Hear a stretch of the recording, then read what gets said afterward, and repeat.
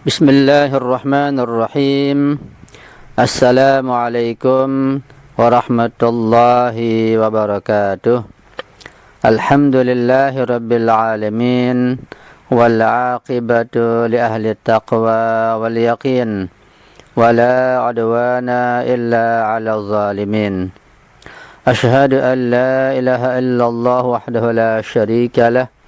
وأشهد أن سيدنا ونبينا محمدا عبده ورسوله اللهم صل على فاطمة وأبيها وبعلها وبنيها والسر المستودع فيها بعدد ما أحاط به علمك اللهم كن لوليك الحجة بن الحسن صلواتك عليه وعلى آبائه في هذه الساعة وفي كل ساعة وليا وحافظا وقائدا وناصرا ودليلا وعينا حتى تسكنه أرضك طوعا وتمتعه فيها طويلا برحمتك يا أرحم الراحمين ربي اشرح لي صدري ويسر لي أمري واحلل عقدة من لساني يفقه قولي أما بعد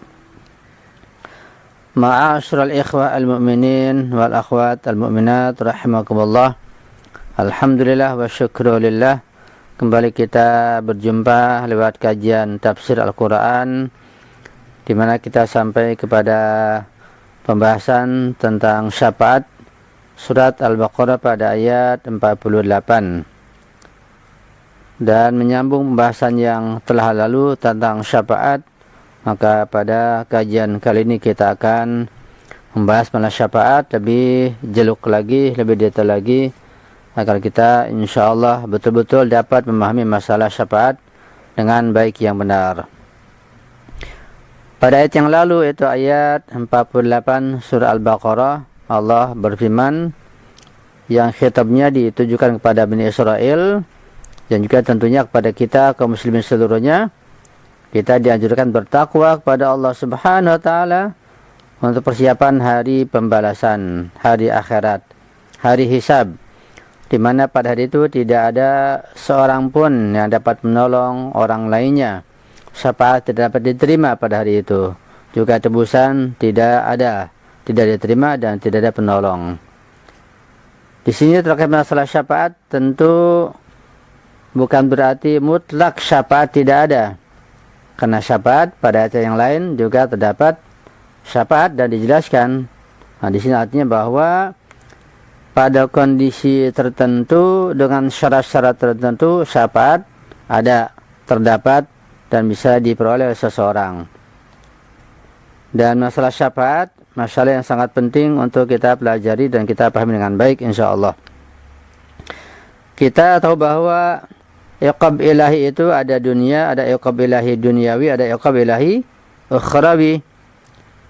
Dan iqab kedua-duanya, iqab duniawi ataupun iqab ukhrawi, itu bukan merupakan intiqam atau balas dendam dari Allah Subhanahu wa taala. Tapi adanya iqab atau siksaan baik dunia maupun akhirat itu merupakan keadilan yang harus ditegakkan dan dijalankan oleh Allah Subhanahu wa taala baik di dunia maupun di akhirat, khususnya iqab atau sisa di hari akhirat.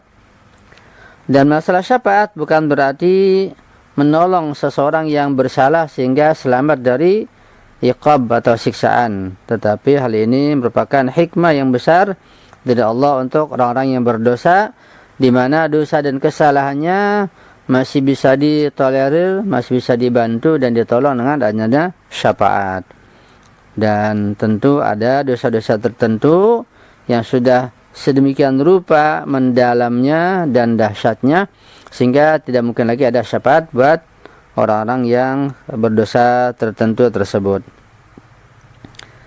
Dan tujuan adanya syafaat baik dunia maupun akhirat tentu agar orang yang berdosa ini dapat taubat kembali, dapat insaf dan sadar kembali sehingga menjadi orang-orang yang saleh dan orang yang baik. Dan di akhirat untuk menyelamatkan sebagian orang yang berdosa dari api neraka sehingga pindah ke dalam surga.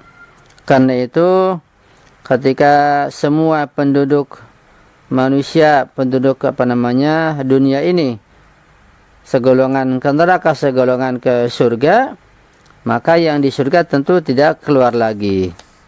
Karena tempat kenikmatan tidak mungkin keluar. Tapi yang di neraka sebagian keluar lagi, sebagian kekal abadi selama-lamanya.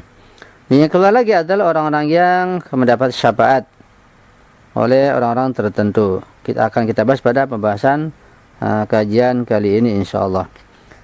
Jadi syafaat jangan disalahkan dengan pemahaman yang salah, yaitu menolong orang-orang yang berbuat dosa.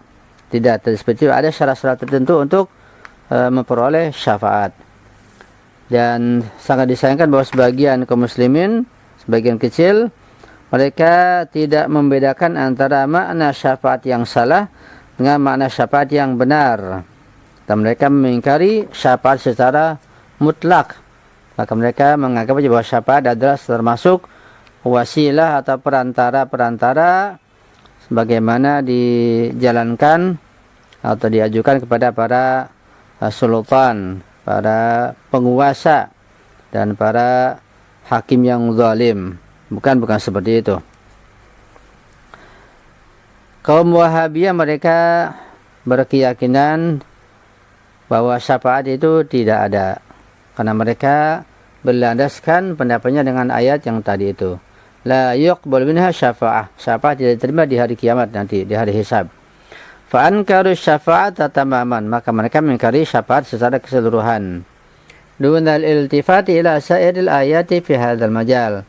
Tanpa memperhatikan ayat-ayat yang lain yang berkaitan dengan masalah syafaat. Artinya, kalau kita ingin mengkaji masalah syafaat di dalam Al-Quran dan hadis-hadis Rasulullah, makanya kita mengumpulkan semua ayat-ayat yang berkaitan dengan masalah syafaat. Juga hadis-hadisnya, kemudian dirangkum, diperas, kemudian hasilnya kesimpulannya yang benar. Tidak hanya menggunakan 1-2 ayat kemudian langsung mengambil kesimpulan yang bisa jadi salah. Pada halaman 58 dikatakan asyurutul mukhtalifah lisyafa'ah. Syarat-syarat syafaat, syarat-syarat yang bermacam-macam bagi syafaat. Ayatul syafaati tusarrihu anna mas'alata syafaati fi mafhumil islami muqayyadatun bisyurutin. Bahwa ayat-ayat syafaat itu menjelaskan tentang masalah syafaat di dalam Islam itu terikat dan tergantung kepada syarat-syarat tertentu. Hadhihi syurutu tuhaddidu taratan al-khati'at allati yustashfa'u al-mudhnib laha atau yastashfa'u al-mudhnib laha. Terkadang syarat-syarat syafaat ini itu membatasi orang yang berdosa yang memohon syafaat. Wa tuhaddidu taratan ukhra asy-syakhsal masyfu' lahu. Terkadang juga menjelaskan dan membatasi orang-orang yang mendapat syafaat. Kama tuqayyidu min jihatin ukhra asy-syafi'. Sebagaimana juga membatasi dan menjelaskan tentang orang-orang yang bisa memberikan syafaat. Wa hadhihi syurutu bimajmu'iha takshifu 'anil mafhumil haqiqi lisyafa'ati wa an falsafatiha. Dan syarat-syarat ini secara keseluruhannya itu mengungkap dan menjelaskan tentang mafhum atau pengertian hakiki tentang syafaat beserta falsafah syafaat. Jadi jelas bahwa masalah syafaat terdapat syarat-syarat tertentu sehingga pembahasannya tidak sempit, bahkan dia luas. Sehingga kalau kita mengkaji ini secara falsafi kita akan paham dengan benar bahwa syafaat itu betul-betul hikmah dan kebijakan dari Allah Subhanahu wa ta'ala.